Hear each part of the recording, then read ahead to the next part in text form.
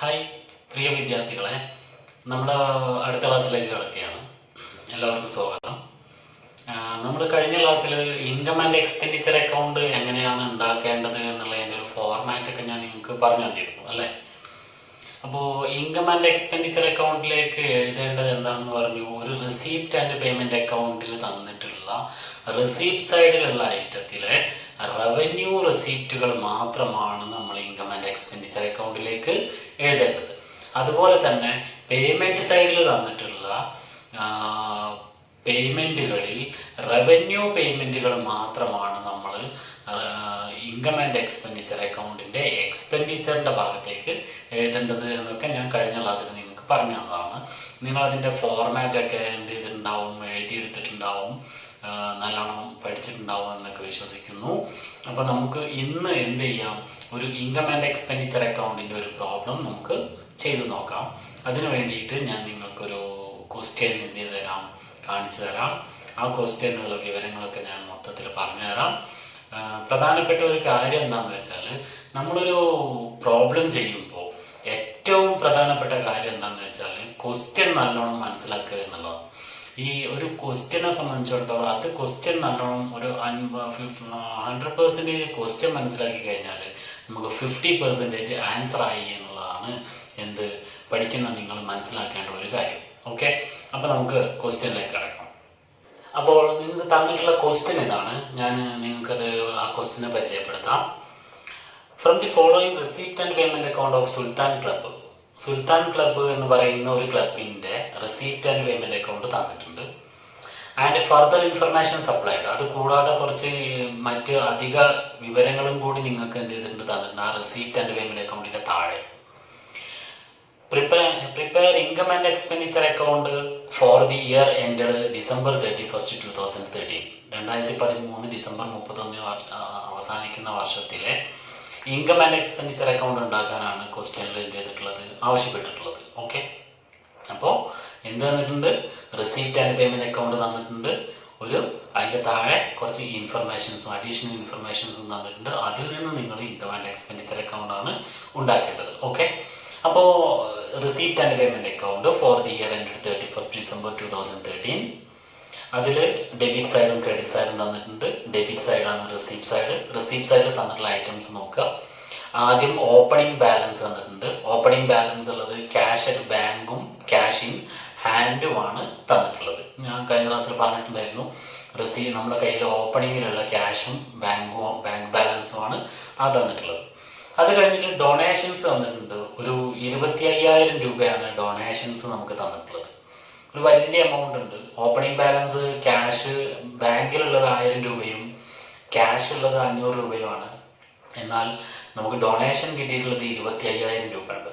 ഡൊണേഷനെ കുറിച്ച് ഞാൻ പറഞ്ഞിട്ടുണ്ടല്ലോ. എന്താണ് ഡൊണേഷൻസ്? 2 തരത്തിലുണ്ട്. ജനറൽ ഡൊണേഷനും ഉണ്ടാവാം, സ്പെസിഫിക് ഡൊണേഷനും ഉണ്ടാവാം.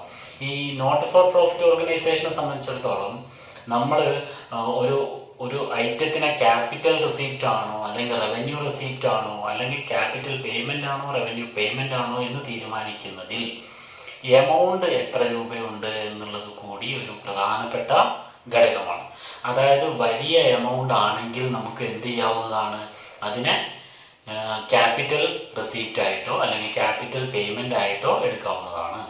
അതേസമയം ചെറിയ എമൗണ്ടുകളാണെങ്കിൽ നമുക്കതിനെ എന്താക്കി എടുക്കാം, റവന്യൂ ഐറ്റമായിട്ടും എടുക്കാം. അപ്പോൾ ഇതിൽ തന്നിട്ടുള്ള എമൗണ്ടിനെ കുറിച്ച് ഞാൻ പറഞ്ഞു എന്ന് മാത്രം. അത് പ്രധാനപ്പെട്ടതാണ് ഈ പ്രോബ്ലം ചെയ്യുമ്പോൾ. ദെൻ ലൈഫ് മെമ്പർഷിപ്പ് ഫീസ് തന്നിട്ടുണ്ട് 3000 രൂപ. ലൈഫ് മെമ്പർഷിപ്പ് ഫീസ് എന്ന് പറഞ്ഞാൽ എന്താണ്, ഒരു വർഷത്തേക്ക് മൊത്തം മെമ്പർഷിപ്പ് കിട്ടുന്നതിന് വേണ്ടി ഒരു ജീവിതകാലം മുഴുവൻ അല്ലെ ലൈഫ് മെമ്പർഷിപ്പ് ഫീസ് എന്നാണ് പറഞ്ഞിട്ടുള്ളത്. അപ്പോൾ എൻട്രൻസ് ഫീസാണത്. അതായത് ഒരു കംപ്ലീറ്റ് ആ ഫേമിൽ ആ നോട്ട് ഫോർ പ്രോഫിറ്റ് ഓർഗനൈസേഷനിൽ മെമ്പർ ആയിരിക്കാൻ വേണ്ടിയിട്ടുള്ള ഫീസാണ് life membership fees. Capital receipt ആണ്. ഓക്കെ, പിന്നെ അടുത്ത് തന്നിട്ടുണ്ട് സബ്സ്ക്രിപ്ഷൻസ് തന്നിട്ടുണ്ട്. സബ്സ്ക്രിപ്ഷൻസ് എന്ന് പറഞ്ഞ് തന്നിട്ടുള്ള എമൗണ്ട് ഒന്ന് ശ്രദ്ധിച്ച് നോക്കൂ. 1700 രൂപയാണ് എമൗണ്ട് ഉള്ളത് അല്ലെ. 1700 രൂപ എന്ന് പറയുന്നത് ഡൊണേഷനുമായിട്ടും ലൈഫ് മെമ്പർഷിപ്പ് ഫീസുമായിട്ട് കമ്പയർ ചെയ്ത് നോക്കുമ്പോൾ, താരതമ്യം ചെയ്ത് നോക്കുമ്പോൾ ഒരു വളരെ ചെറിയ എമൗണ്ടാണ് 1700 രൂപ. ഡൊണേഷൻസ് 25,000, സബ്സ്ക്രിപ്ഷൻസ് 3,000 രൂപയും, ലൈഫ് മെമ്പർഷിപ്പ് റുപ്പീസ് 3,000 രൂപയും തന്നിട്ടുള്ളിടത്ത് സബ്സ്ക്രിപ്ഷൻസ്, അതായത് വരിസംഖ്യ, അതായത് മെമ്പർമാരുടെ കയ്യിൽ നിന്ന് നമുക്ക് കിട്ടിയിട്ടുള്ള എമൗണ്ട് വെറും 1,700 രൂപ ആയതുകൊണ്ട് അത് നമുക്ക് റവന്യൂ റെസിപ്റ്റ് ആണ്. മറ്റത് രണ്ടും നമുക്ക് എന്തായിട്ട് എടുക്കാം? ക്യാപിറ്റൽ റെസിപ്റ്റുകളായിട്ട് എടുക്കാവുന്നതാണ്. പിന്നീട് തന്നിട്ടുള്ള മറ്റ് റെസിപ്റ്റുകൾ എന്തൊക്കെയാണെന്ന് വെച്ചാൽ ഇൻട്രസ്റ്റ് ഓൺ ഇൻവെസ്റ്റ്മെന്റ് ഉണ്ട്, ഞാൻ വിശദീകരിക്കുന്നില്ല. ഇൻവെസ്റ്റ്മെന്റിന്റെ മുകളിലുള്ള പലിശ നമുക്ക് കിട്ടിയതാണ്, റെസിപ്റ്റാണ്, വരുമാനമാണ് അല്ലേ. പിന്നെ cricket, tennis, billiards, playing cards, അങ്ങനെ 4 കളികൾ തന്നിട്ടുണ്ട്. നമ്മളൊരു ക്ലബിലാവുമ്പോൾ ആ ക്ലബിലുള്ള കളികളാണ്, പ്ലേയിങ് അല്ലേ.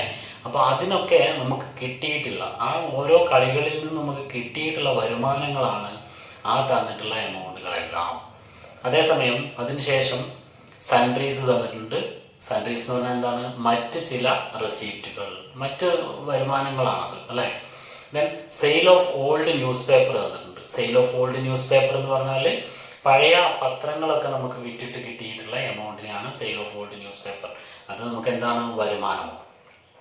ദെൻ ഇനി നമുക്ക് പേയ്മെന്റിന്റെ ഭാഗത്തേക്ക് ഒന്ന് നോക്കാം. പേയ്മെന്റിന്റെ ഭാഗത്ത് തന്നിട്ടുള്ള ഐറ്റംസ്, ബിൽഡിംഗ് തന്നിട്ടുണ്ട്. വലിയ എമൗണ്ട് ആണല്ലോ അല്ലെ, 15,000 രൂപയുണ്ട്. ആ വലിയ എമൗണ്ട് 15,000 രൂപ ബിൽഡിങ്ങിന്റെ എമൗണ്ട് തന്നിട്ടുള്ളത് നമുക്ക് എന്താണ്? നമുക്ക് ക്യാപിറ്റൽ പേയ്മെന്റ് ആണ്.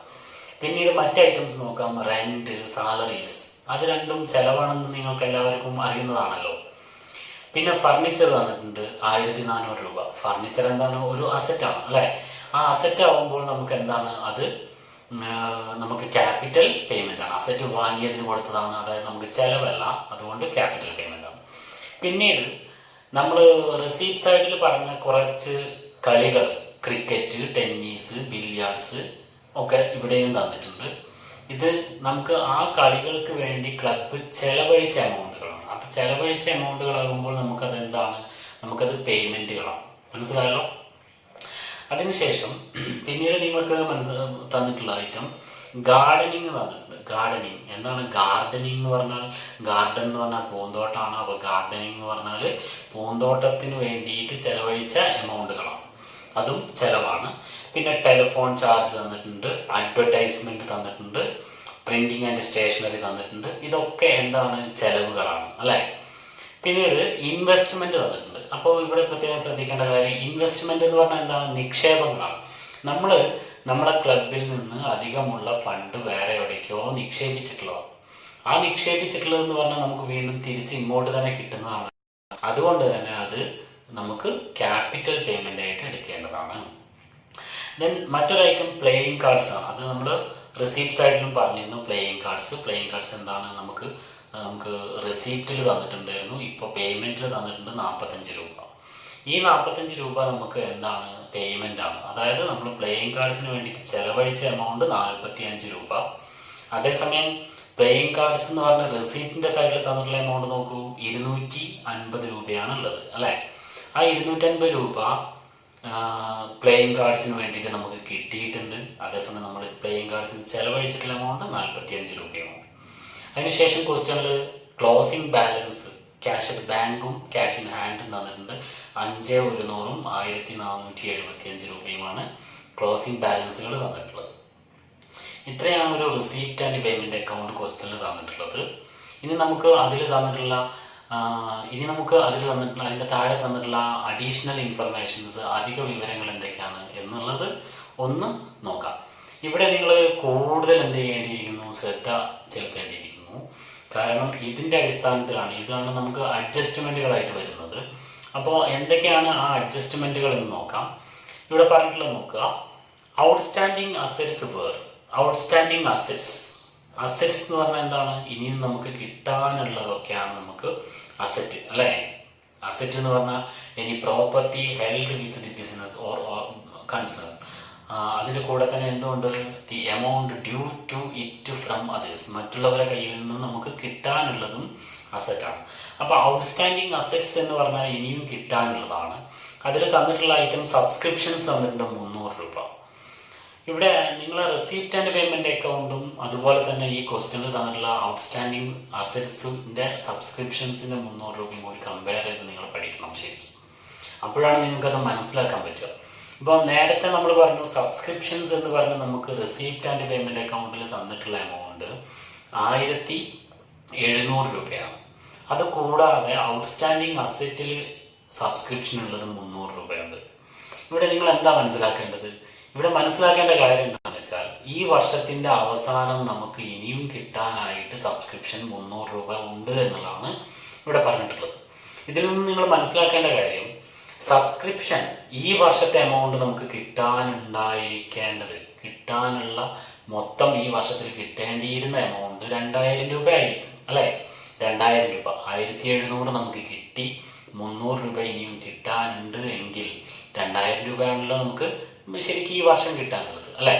അപ്പോ ശരിക്കും പറഞ്ഞാൽ ഞാൻ കഴിഞ്ഞ ക്ലാസ്സിൽ പറഞ്ഞത് മാച്ചിങ് പ്രിൻസിപ്പിൾ. ഈ വർഷത്തെ റിസൾട്ട് എന്താണ് എന്ന് കാണണമെങ്കിൽ നമ്മൾ ഈ വർഷത്തെ കംപ്ലീറ്റ് ഇൻകവും ഈ വർഷത്തെ മൊത്തം ഇൻകം എടുക്കണം. അതുകൊണ്ട് ആ 300 രൂപ കിട്ടാനുള്ള എമൗണ്ട് കൂടി നമ്മൾ കിട്ടിയ 1700 രൂപയുടെ കൂടെ കൂട്ടി എഴുതേണ്ടി വരും അല്ലേ. മനസ്സിലായല്ലോ.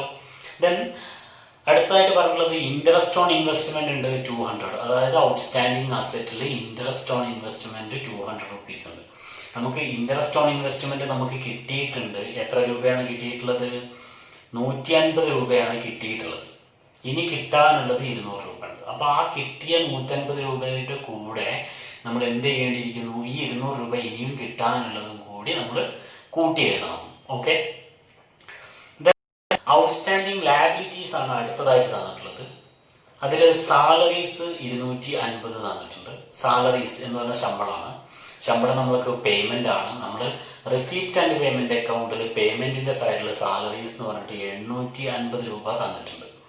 ഈ 850 രൂപ കൂടാതെ ഇനിയും കൊടുക്കാനുള്ളത് ഔട്ട്സ്റ്റാൻഡിങ് ലയബിലിറ്റീസ് എന്ന് പറഞ്ഞാൽ നമ്മൾ കൊടുക്കാനുള്ളത് എമൗണ്ട് ഓയിങ് ടു അതേഴ്സ്, മറ്റുള്ളവർക്ക് കൊടുക്കാനുള്ളതാണ് ലയബിലിറ്റി.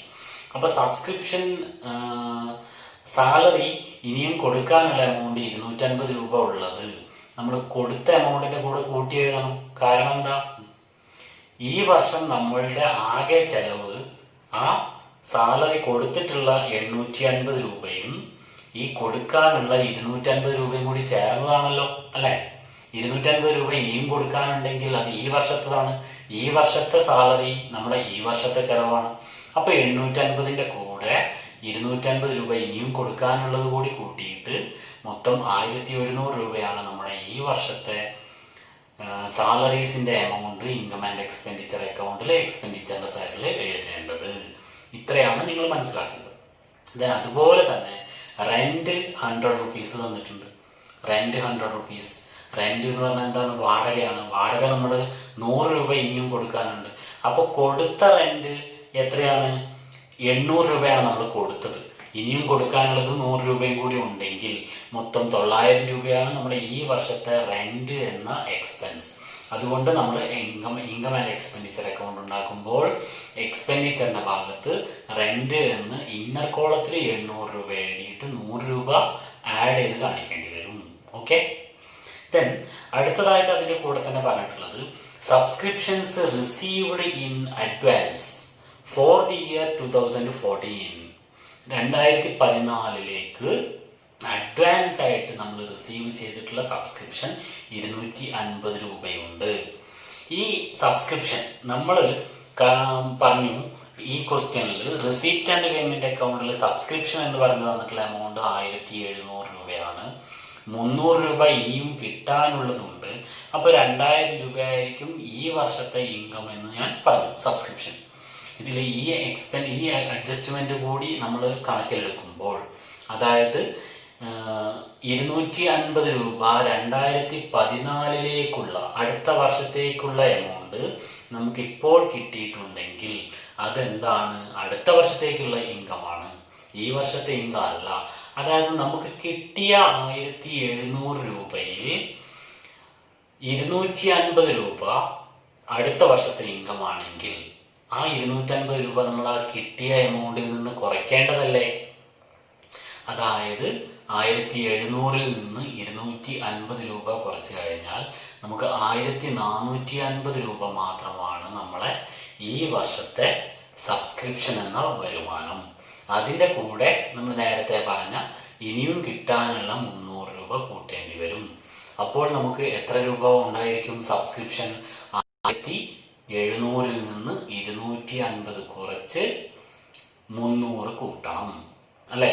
അപ്പോൾ 1750 രൂപയാണ് നമ്മളുടെ ഈ വർഷത്തെ സബ്സ്ക്രിപ്ഷന്റെ എമൗണ്ട് നമുക്ക് കിട്ടുക.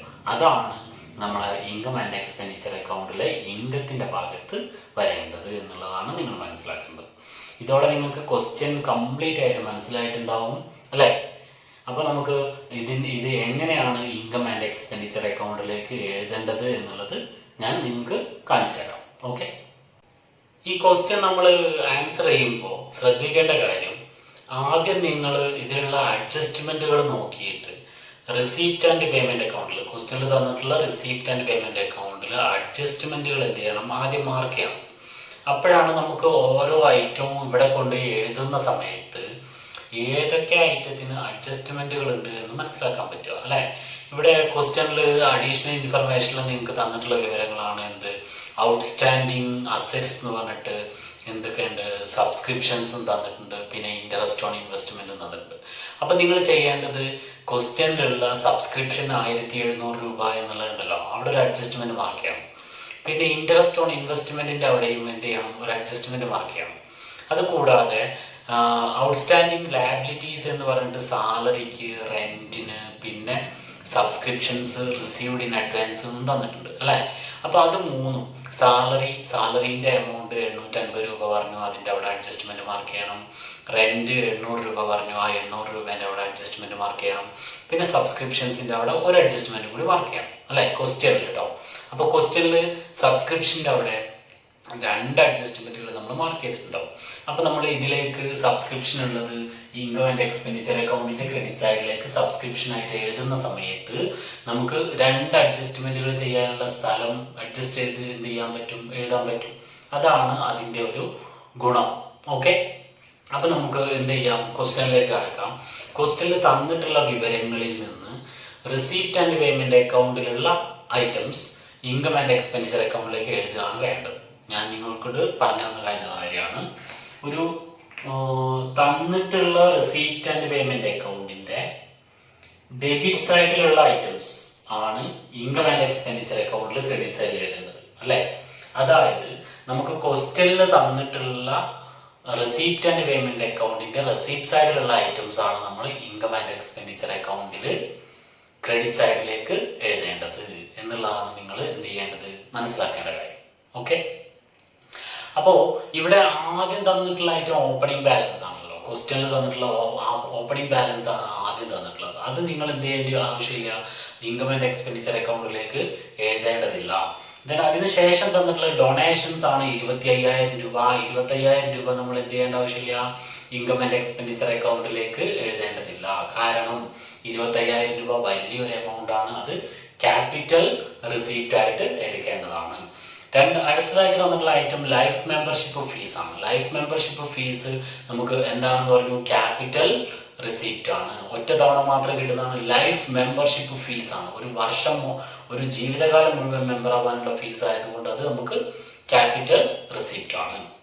ദെൻ അടുത്ത തന്നിട്ടുണ്ട് സബ്സ്ക്രിപ്ഷൻസ് 1700 രൂപ. ഈ സബ്സ്ക്രിപ്ഷൻ വരിസംഖ്യ നമുക്ക് കിട്ടുന്നത് നമുക്ക് എന്താണ്? ഇൻകം ആണ്. റെസീപ്റ്റ് സൈഡിൽ നിന്ന് ക്വസ്റ്റ്യനിൽ തന്നിട്ടുള്ള റെസീപ്റ്റ് സൈഡിൽ നിന്ന് നമ്മളത് ഇൻകത്തിന്റെ സൈഡിലേക്ക് എഴുതണം. എഴുതുമ്പോൾ ശ്രദ്ധിക്കേണ്ട കാര്യം ഇങ്ങനെയാണ് എഴുതേണ്ടത്. സബ്സ്ക്രിപ്ഷൻസിന്റെ എമൗണ്ട് തന്നിട്ടുള്ളത് 1700 രൂപയാണ്. അത് നിങ്ങൾ എഴുതേണ്ടത് ഇന്നർ കോളത്തിലാണ്, എമൗണ്ട് കോളത്തിലേക്ക് എഴുതാൻ പാടില്ല. കാരണം എന്താണ്? അഡ്ജസ്റ്റ്മെന്റ് ഉണ്ട്. എത്ര അഡ്ജസ്റ്റ്മെന്റ് ഉണ്ടെന്ന് പറഞ്ഞാൽ 2 അഡ്ജസ്റ്റ്മെന്റുകൾ ഉണ്ട് അല്ലെ? 2 അഡ്ജസ്റ്റ്മെന്റുകൾ ഉള്ളത് കൊണ്ട് ഒരു അഡ്ജസ്റ്റ്മെന്റ് എഴുതാനുള്ള സ്ഥലം വിട്ടിട്ട് ഒരു ചെറിയ വര വരച്ച് വയ്ക്കാം. ദെൻ ഒരു അഡ്ജസ്റ്റ്മെന്റ് കൂടി ചെയ്യാൻ വേണ്ടിയിട്ട് 2 വരി, കാരണം ഇതിൽ നിന്ന് അത് കൂട്ടി എഴുതുകയും പിന്നീട് അടുത്ത അഡ്ജസ്റ്റ്മെന്റിനുള്ള ഐറ്റം എഴുതുകയും വേണം. അതുകൊണ്ട് 2 ലൈൻ വിട്ടിട്ട് ഒരു വര വരച്ച് വയ്ക്കാം. ഇത്രയാണ് നമ്മൾ ചെയ്യേണ്ടത്. ഓക്കെ, ദെൻ നമുക്ക് അഡ്ജസ്റ്റ്മെന്റിന്റെ ടൈമിലേക്ക് നോക്കിയാൽ മതി. അതാണ് ഏറ്റവും നല്ലത്. ഇല്ലാതെ സബ്സ്ക്രിപ്ഷൻ നോക്കുമ്പോൾ തന്നെ അതിൻ്റെ അഡ്ജസ്റ്റ്മെൻറ്റ് നോക്കാനൊക്കെ പോയി കഴിഞ്ഞാൽ നമുക്ക് ഒരുപാട് കാര്യങ്ങൾ മിസ്സായി പോകാനും ഉത്തരങ്ങൾ തെറ്റായിട്ട് എഴുതാനും ഒക്കെ സാധ്യതയുണ്ട്. അതുകൊണ്ട് നമ്മൾ അഡ്ജസ്റ്റ്മെൻറ്റ് ഈ റിസീപ്റ്റ് ആൻഡ് പേയ്മെൻറ്റ് അക്കൗണ്ടിലെ കംപ്ലീറ്റ് കാര്യങ്ങൾ എഴുതി കഴിഞ്ഞതിന് ശേഷം മാത്രം എഴുതിയാൽ മതിയാവും. ഓക്കെ. ദെൻ അടുത്ത ഐറ്റം തന്നിട്ടുള്ളത് ഇൻട്രസ്റ്റ് ഓൺ ഇൻവെസ്റ്റ്മെന്റ് ആണ് 150. അതിനും ഒരു അഡ്ജസ്റ്റ്മെന്റ് ഉണ്ടല്ലോ അല്ലെ. അതുകൊണ്ട് നമുക്ക് ഇൻട്രസ്റ്റ് ഓൺ ഇൻവെസ്റ്റ്മെന്റ് ഇൻകം ആയിട്ട് എഴുതാം. Interest on investment 150. അതിന് ഒരു അഡ്ജസ്റ്റ്മെന്റ് മാത്രമേ ഉള്ളൂ. അതുകൊണ്ട് അതിന് മാത്രമുള്ള സ്ഥലം വിട്ടു അല്ലെ. ദെൻ അടുത്ത ഐറ്റം തന്നിട്ടുള്ളത് നോക്കാം. Cricket, tennis, billiards, playing cards. ഇതൊക്കെ നമുക്ക് റിസീപ്റ്റുകളാണ്. ആ റിസീപ്റ്റുകളൊക്കെ നമുക്ക് എന്ത് ചെയ്യാം, ഇൻകം ആയിട്ട് എഴുതാം. Cricket, tennis, billiards, playing cards.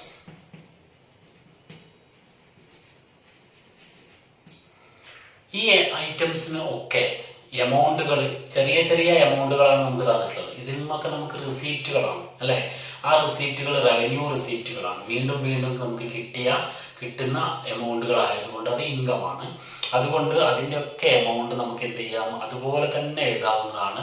അഡ്ജസ്റ്റ്മെന്റുകളൊന്നും തന്നിട്ടില്ല അതിനെക്കുറിച്ച്. നമ്മൾ അഡ്ജസ്റ്റ്മെന്റ് ഒന്നും മാർക്ക് ചെയ്തിട്ടില്ലല്ലോ അല്ലെ.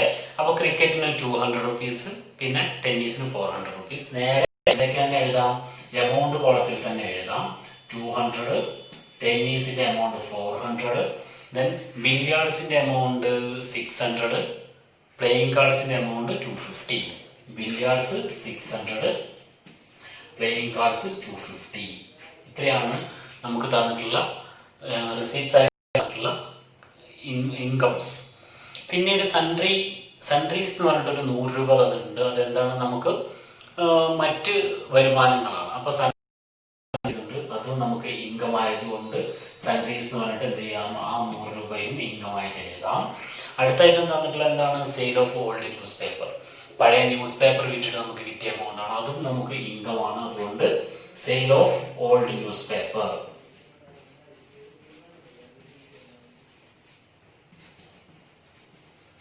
എത്ര രൂപയാണ് എമൗണ്ട് തന്നിട്ടുള്ളത്? 120 രൂപയാണ് അതിന്റെ എമൗണ്ട് നമുക്ക് തന്നിട്ടുള്ളത്. ഓക്കെ. അപ്പോൾ ഇത്രയേ ഉള്ളൂ നമ്മൾ റിസീപ്റ്റ് സൈഡിലുള്ള ഐറ്റംസ് ഇതിലേക്ക് എഴുതാൻ. ഇനി നമുക്ക് നോക്കാനുള്ളത് പേയ്മെന്റ് സൈഡിലുള്ള ഐറ്റംസ് ആണ്. പേയ്മെന്റ് സൈഡിൽ ഞാൻ പറഞ്ഞിട്ടുണ്ട് എന്താണ്, റവന്യൂ പേയ്മെന്റുകൾ മാത്രം എവിടേക്ക് എഴുതിയാൽ മതി, എക്സ്പെൻഡിച്ചറിന്റെ ഭാഗത്തേക്ക് നമ്മൾ എഴുതിയാൽ മതിയാകും. അതുകൊണ്ട് ഇവിടെ തന്നിട്ടുള്ള ഐറ്റംസ് ഏതൊക്കെയാണ്? ബിൽഡിംഗ് തന്നിട്ടുണ്ട് 15,000, അത് ക്യാപിറ്റൽ പേയ്മെന്റ് ആണ്. ഒരു അസറ്റ് നമ്മൾ വാങ്ങിയതാണ്, അതുകൊണ്ട് അത് ക്യാപിറ്റൽ പേയ്മെന്റ് ആണ്. പിന്നീട് റെന്റ് വന്നിട്ടുണ്ട് 800, ആ റെന്റ് നമ്മൾ എഴുതണം. അതേസമയം ബിൽഡിംഗ് എഴുതാൻ പാടില്ല, കാരണം അത് ക്യാപിറ്റൽ പേയ്മെന്റ് ആണ്. റെന്റ് നമുക്ക് തന്നിട്ടുള്ളത് 800 റുപ്പീസ് ആണ്. ആ റെന്റ് 800 റുപ്പീസ് നമുക്ക് എന്ത് ചെയ്യാം, ഇവിടെ എക്സ്പെൻസിന്റെ ഭാഗത്ത് എഴുതാം. എഴുതുമ്പോൾ ശ്രദ്ധിക്കേണ്ടത് അതിന് അഡ്ജസ്റ്റ്മെന്റ് ഉണ്ട്. ഒറ്റ അഡ്ജസ്റ്റ്മെന്റ് ആണുള്ളത്. അതുകൊണ്ട് ആ ഒറ്റ അഡ്ജസ്റ്റ്മെന്റ് നമ്മൾ അവിടെ എന്ത് ചെയ്തു, എഴുതി. ഓക്കെ, ക്ലിയർ ആണല്ലോ. റെന്റ് എഴുതി കഴിഞ്ഞിട്ട് അടുത്ത ഐറ്റം നോക്കാനുള്ളത് സാലറീസ് ആണ്. 850 ആണ് എമൗണ്ട് തന്നിട്ടുള്ളത്.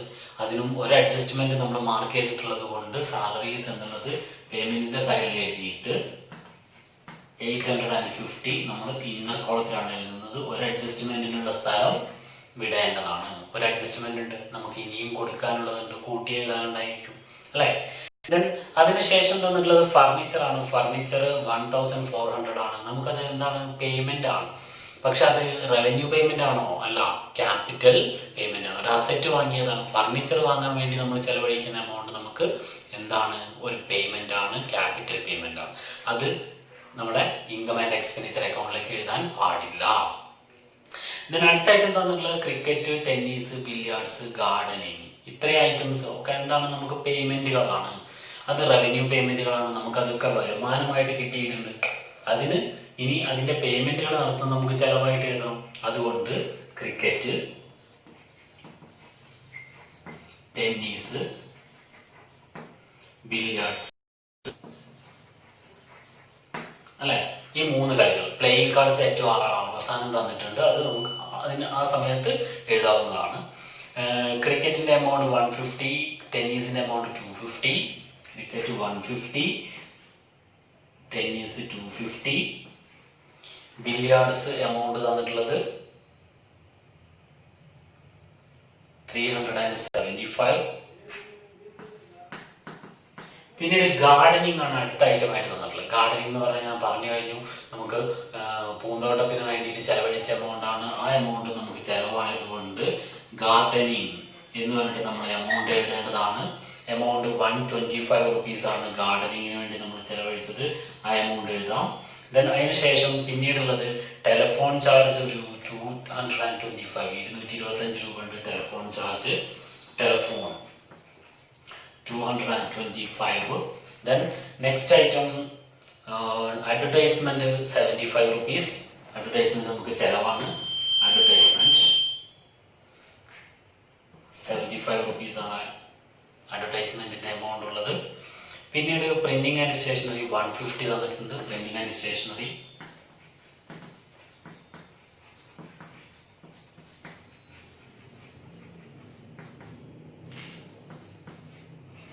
പിന്നീട് തന്നിട്ടുള്ള ഐറ്റം ഇൻവെസ്റ്റ്മെന്റ് തന്നിട്ടുണ്ട്. ഇൻവെസ്റ്റ്മെന്റ് എന്ന് പറഞ്ഞാൽ എന്താന്ന് പറഞ്ഞിരുന്നു? ഇൻവെസ്റ്റ്മെന്റ് എന്ന് പറഞ്ഞാൽ നിക്ഷേപമാണ്. നിക്ഷേപം നമ്മൾ എന്ത് ചെയ്യുന്നതാണ്? നമ്മൾ നിക്ഷേപിച്ചാൽ നമുക്ക് തിരിച്ചിങ്ങോട്ട് തന്നെ കിട്ടുന്നതാണ്. അതുകൊണ്ട് അതെന്തല്ല, നമുക്ക് ചെലവല്ല. അതുകൊണ്ട് ഇൻവെസ്റ്റ്മെന്റ് ഉള്ളത് നമ്മൾ എന്ത് ചെയ്യാൻ പാടില്ല, നമ്മളെ എക്സ്പെൻഡിച്ചറിന്റെ ഭാഗത്ത് എഴുതാൻ പാടുള്ളതല്ല. ദെൻ അടുത്ത ഐറ്റം ഇവിടെ തന്നിട്ടുള്ളത് പ്ലേയിങ് കാർഡ്സ് ആണ് 45 റുപ്പീസ്. ആ പ്ലേയിങ് കാർഡ്സ് 45 റുപ്പീസ് ഉള്ളത് നമ്മൾ എന്ത് ചെയ്യണം? നമുക്ക് ചെലവായിട്ടുള്ളതാണ് പ്ലേയിങ് കാർഡ്സിന് വേണ്ടിയിട്ട്. പ്ലേയിങ് കാർഡ്സിന്റെ എമൗണ്ട് ഉള്ളത് എത്ര രൂപയാണ്? 45 റുപ്പീസ് ആണ് നമ്മൾ ചെലവഴിച്ചിട്ടുള്ളത്. ആ എമൗണ്ടും ഇവിടെ ഉണ്ട്. ഇപ്പോ നിങ്ങൾക്ക് തന്നിട്ടുള്ള റെസിപ്റ്റ് ആൻഡ് പേയ്മെന്റ് അക്കൗണ്ടിലുള്ള എല്ലാ വിവരങ്ങളും നിങ്ങൾ ഈ ഇൻകം ആൻഡ് എക്സ്പെൻഡിച്ചർ അക്കൗണ്ടുകളിലേക്ക് എഴുതി. ഇനി നമുക്ക് ചെയ്യാനുള്ളത് എന്താണ്? അഡീഷണൽ ഇൻഫർമേഷനിൽ തന്നിട്ടുള്ള സബ്സ്ക്രിപ്ഷൻസ് ഇനിയും കിട്ടാനുള്ളതും അഡ്വാൻസ് ആയിട്ട് കിട്ടിയതും അഡ്ജസ്റ്റ് ചെയ്യാനുണ്ട്. ഇൻട്രസ്റ്റ് ഓൺ ഇൻവെസ്റ്റ്മെന്റ് ഇനിയും കിട്ടാനുള്ളത് അഡ്ജസ്റ്റ് ചെയ്യാനുണ്ട്. സാലറീസും റെന്റും ഇനിയും കൊടുക്കാനുള്ളതും എന്ത് ചെയ്യാനുണ്ട്? അഡ്ജസ്റ്റ് ചെയ്യാനുണ്ട്. അപ്പൊ അതിലേക്ക് കടക്കാം. അഡ്ജസ്റ്റ്മെന്റുകൾ നോക്കുക. അഡ്ജസ്റ്റ്മെന്റിൽ ഔട്ട്സ്റ്റാൻഡിംഗ് അസറ്റ്സ് വേർ സബ്സ്ക്രിപ്ഷൻസ് ₹300 എന്ന് പറഞ്ഞിട്ടുണ്ട്. സബ്സ്ക്രിപ്ഷൻ ഇനിയും കിട്ടാനുള്ള എമൗണ്ട് എത്ര രൂപയാണ്? 300 രൂപയാണല്ലോ അല്ലെ? അപ്പൊ 300 രൂപ നമുക്ക് ഇനിയും കിട്ടാനുള്ളത് നമ്മൾ എന്ത് ചെയ്യേണ്ടതാണ്? സബ്സ്ക്രിപ്ഷൻ കിട്ടിയ സബ്സ്ക്രിപ്ഷന്റെ കൂടെ ആഡ് ചെയ്യണം. എന്ത്? ഔട്ട് ഇനിയും കിട്ടാനുള്ളത് 300 രൂപ. ആ 300 രൂപ ആഡ് ചെയ്യുമ്പോൾ നമുക്ക് 2000 രൂപയാണ് ആകെയുള്ള ഇൻകം. സബ്സ്ക്രിപ്ഷൻ എന്നുള്ള വരുമാനം നമുക്ക് 2000 രൂപ കിട്ടും അല്ലെ? അത് കൂടാതെ അടുത്ത അഡ്ജസ്റ്റ്മെന്റ് എന്നുള്ള ഇൻട്രസ്റ്റ് ഓൺ ഇൻവെസ്റ്റ്മെന്റ് 200 എന്ന് പറഞ്ഞിട്ടുണ്ട്. അപ്പൊ ഇൻട്രസ്റ്റ് ഓൺ ഇൻവെസ്റ്റ്മെന്റ് ഇതാ നമ്മൾ ഇവിടെ എഴുതിയിട്ടുണ്ട്. അഡ്ജസ്റ്റ്മെന്റ് ചെയ്യാനുള്ള സ്ഥലം വിട്ടിട്ടുണ്ട്. 200 റുപ്പീസ് ഇനിയും കിട്ടാനുണ്ട് എന്ന് പറഞ്ഞിട്ടുണ്ട് അല്ലെ? അപ്പൊ ഇനിയും കിട്ടാനുള്ളത് നമ്മുടെ ഈ വർഷത്തെ ഇൻകം ആയതുകൊണ്ട് അതും എന്ത് ചെയ്യണം? ആഡ് ചെയ്യേണ്ടതാണ്. ഈ ആഡ് ചെയ്യാതെ അതിന്റെ അടിയിൽ ഒരു ലൈൻ ഇട്ടാൽ നിങ്ങൾക്ക് പെട്ടെന്ന് ക്യാച്ച് ചെയ്യാനത് എളുപ്പമായിരിക്കും. ആഡ് ഔട്ട്സ്റ്റാൻഡിങ് ഇനിയും കിട്ടാനുള്ളത് എന്ത് ചെയ്യേണ്ടതാണ്? ആഡ് ചെയ്ത് കാണിക്കേണ്ടതാണ്. അത് 200 റുപ്പീസ് ആണ്. ഇവിടെ ശ്രദ്ധിക്കേണ്ട കാര്യം, ഇൻട്രസ്റ്റ് ഓൺ ഇൻവെസ്റ്റ്മെന്റ് 150 രൂപ നമുക്ക് കിട്ടിയിട്ടുണ്ട്. ഇനിയും കിട്ടാനുള്ളത് 200 രൂപയുണ്ട്. വേറെ അഡ്ജസ്റ്റ്മെന്റുകളൊന്നും ഇല്ല. അതുകൊണ്ട് മൊത്തം 350 രൂപയാണ് ഈ വർഷത്തെ നമ്മളെ ഇൻട്രസ്റ്റ് ഓൺ ഇൻവെസ്റ്റ്മെന്റ് എന്നുള്ള ഇൻകം. അത് നമുക്ക് എന്ത് ചെയ്യാവുന്നതാണ്? നമ്മളുടെ മെയിൻ എമൗണ്ട് കോളത്തിലേക്ക് എഴുതാവുന്നതാണ്. എത്ര രൂപ? 350 rupees. 150 plus 200 is equal to 350. 350 രൂപ നമുക്ക് അവിടെ എഴുതാവുന്നതാണ്. ഇവിടെ തന്നിട്ടുള്ള എന്താണ്? ഔട്ട്സ്റ്റാൻഡിംഗ് ലയബിലിറ്റീസ് എന്ന് പറഞ്ഞിട്ട് സാലറീസ് ഒരു 250 ഉണ്ട്. ഇനിയും കൊടുക്കാനുള്ള 250 രൂപ. അത് ഇനിയും കൊടുക്കാനുള്ളത് ഈ വർഷത്തെ സാലറിയും കൊടുക്കാനുള്ളതാണല്ലോ, നമുക്ക് ചെലവാണ്. അതുകൊണ്ട് സാലറീസ് ഉള്ളതിന്റെ കൂടെ ആഡ് ചെയ്യേണ്ടി വരും ഇനിയും കൊടുക്കാനുള്ളത്. ആഡ് ഔട്ട്സ്റ്റാൻഡിംഗ് എന്ന് പറഞ്ഞിട്ട് എത്ര രൂപ?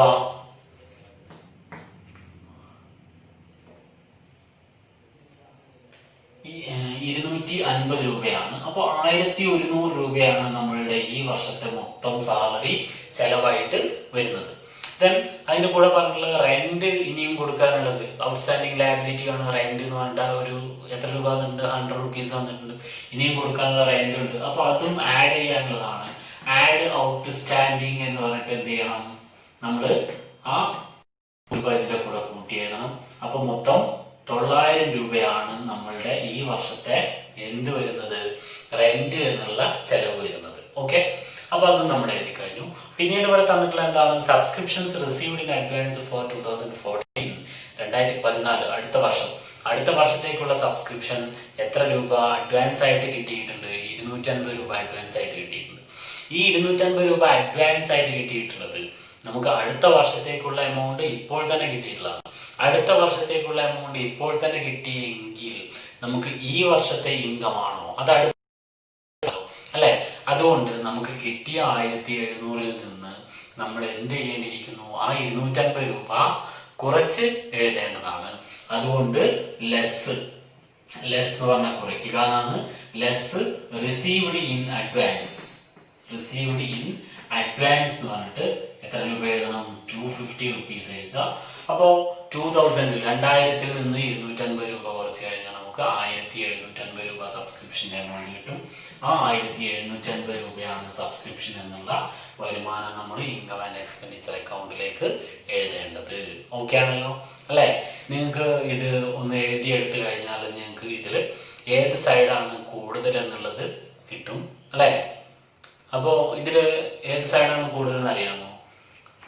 ക്രെഡിറ്റ് സൈഡാണ് കൂടുതൽ. ക്രെഡിറ്റ് സൈഡിൽ ഇതിന്റെ ടോട്ടൽ വരുന്നത് 3770 റുപ്പീസ് ആണ്. 3770 രൂപയാണ് ടോട്ടൽ.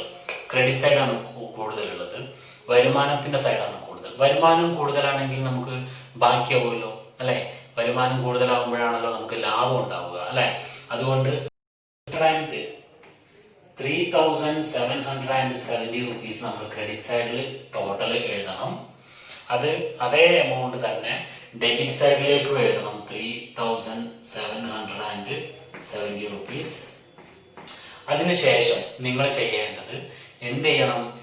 ആ ക്രെഡിറ്റ് സൈഡിലുള്ള ആകെയുള്ള എമൗണ്ട് 3770 രൂപയിൽ നിന്ന് ഈ ചെലവുകളെല്ലാം കുറയ്ക്കണം അല്ലെ? ആ ചെലവുകളെല്ലാം നിങ്ങൾ കുറയ്ക്കുമ്പോൾ നിങ്ങൾക്ക് 375 രൂപ കിട്ടും. 375 രൂപ. അതായത് നമുക്ക് ആകെ ഉണ്ടായ വരുമാനം 3770 നിന്ന് നമുക്കുണ്ടായ ചെലവുകളെല്ലാം കുറച്ചാൽ 375 രൂപ നമുക്ക് ബാക്കിയുള്ള എമൗണ്ട് കിട്ടുന്നതാണ്. ആ ബാക്കി എമൗണ്ട് നമുക്ക് എന്താണ്? നമ്മുടെ ഈ വർഷത്തെ സർപ്ലസ് ആണ് അല്ലെ? നോട്ട് ഫോർ പ്രോഫിറ്റ് ഓർഗനൈസേഷനെ സംബന്ധിച്ചിടത്തോളം അതിന്റെ പ്രോഫിറ്റിനെ നമ്മൾ എന്താ പറയാന്ന് പറഞ്ഞ സർപ്ലസ് എന്നാണ് പറയേണ്ടത് അല്ലെ? പ്രോഫിറ്റ് എന്ന് ഒരിക്കലും പറയാൻ പാടില്ല. കാരണം എന്താണ്? അത് നോട്ട് ഫോർ പ്രോഫിറ്റ് ഓർഗനൈസേഷൻ ആണ്. പ്രോഫിറ്റിന് വേണ്ടിയിട്ട് ചെയ്യുന്നതല്ല. അതുകൊണ്ട് അധികം കിട്ടിയ എമൗണ്ടിന് നമുക്ക് പറയേണ്ടത് സർപ്ലസ് എന്നാണ്. അതുകൊണ്ട് നിങ്ങൾക്ക് കിട്ടിയിട്ടുള്ള ഈ 375 രൂപയ്ക്ക് നേരെ നിങ്ങൾ എഴുതേണ്ടത് സർപ്ലസ് എന്നാണ്. സർപ്ലസ് അല്ലെങ്കിൽ excess of income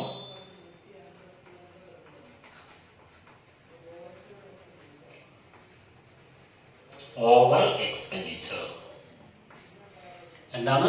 excess of income over expenditure. അതാണ് നമുക്ക് കിട്ടിയിട്ടുള്ള സർപ്ലസ് എന്ന് പറയുന്ന എമൗണ്ട്. ഓക്കെ, ഇതാണ് ഒരു ഇൻകം ആൻഡ് എക്സ്പെൻഡിച്ചർ അക്കൗണ്ടിൽ നിങ്ങൾക്ക് ചെയ്യാനുള്ളത്. എളുപ്പമാണ് ചെയ്യുന്നത്. സമ്മറൈസ് ചെയ്ത് പറയുകയാണെങ്കിൽ ചെയ്യേണ്ട കാര്യം ഇത്രയേ ഉള്ളൂ. റിസീപ്റ്റ് ആൻഡ് പേയ്മെന്റ് അക്കൗണ്ടിൽ നിന്ന് റെസിപ്റ്റ് സൈഡിൽ തന്നിട്ടുള്ള ഐറ്റംസിൽ റവന്യൂ റെസിപ്റ്റുകൾ നമുക്ക് വരുമാനമായിട്ട് വരുന്ന ഐറ്റംസ് കംപ്ലീറ്റ് ഓപ്പോസിറ്റ് സൈഡായ ഇൻകത്തിന്റെ സൈഡിലേക്ക് എഴുതുക അല്ലെ?